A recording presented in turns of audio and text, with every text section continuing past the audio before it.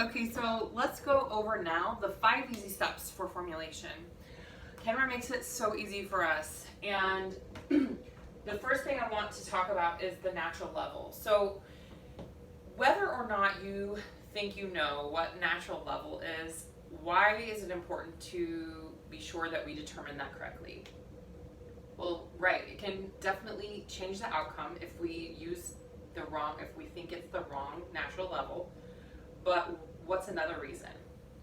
That's right, every manufacturer has a different level system.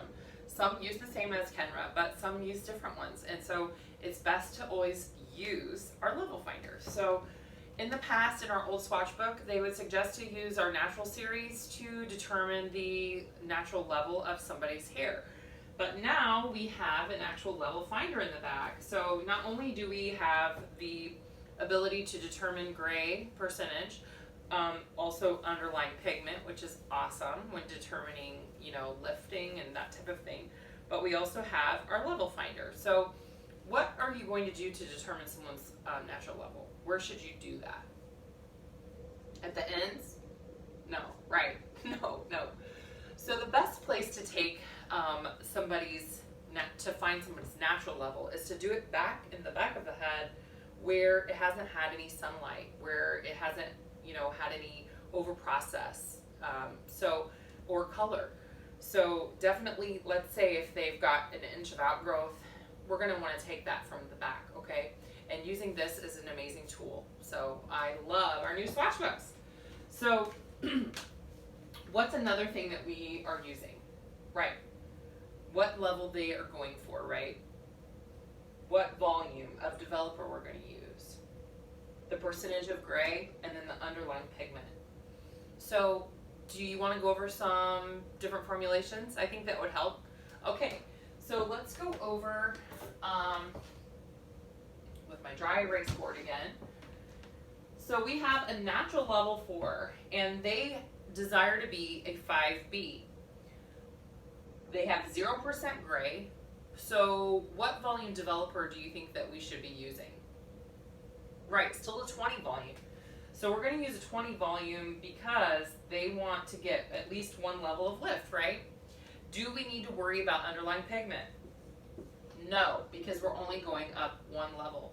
So what do you think the formula should be? That's right. So what we're going to use is completely 5B plus 20 volume. And how long should we process that for? That's right, 30 minutes. 30 minutes because we don't have to worry about gray coverage. Because in gray coverage, we're going to always use 40 minutes. That's awesome. Good job, guys. So let's say we have a natural level 7, and they want to be a 6RB. They have 0% gray. What volume developer do you think that we should be using? So they want to go darker. So that's your key, right? Do we need to use 20? No, we don't. They don't have gray. They don't want any lift. So we would use a 10 volume, right? Do we need to worry about underlying pigment? No, we don't. We're not lifting. Absolutely. So what do you think that the formula should be? Anybody have any guesses? That's right. So a 6RB plus 10 volume. And how long should we process that for? Yeah, 30 minutes. We don't need to do 40, and we don't need to use semi-permanent color formulations, right? We'll get to that. So let's move on to another one. This one might be a little bit tougher, okay? We'll stump you on this one. Natural level 4. They want to be a level 7B. They don't have any gray. Do we need to worry about underlying pigment? Yes, we do. So what volume developer should we use? Let's assume they have coarse hair. 40 volume, that's right. So we're going to use 40 volume.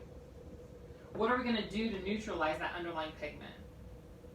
So I would use a 7A plus, so we would use half 7A and half 7B plus 40 volume. And how long should we process that for? Yeah, still the 30 minutes because we were not worrying about gray. Awesome job, guys. That is great. I really, really, really appreciate the participation, and I think that we've got this down. Does anyone have any questions? Awesome.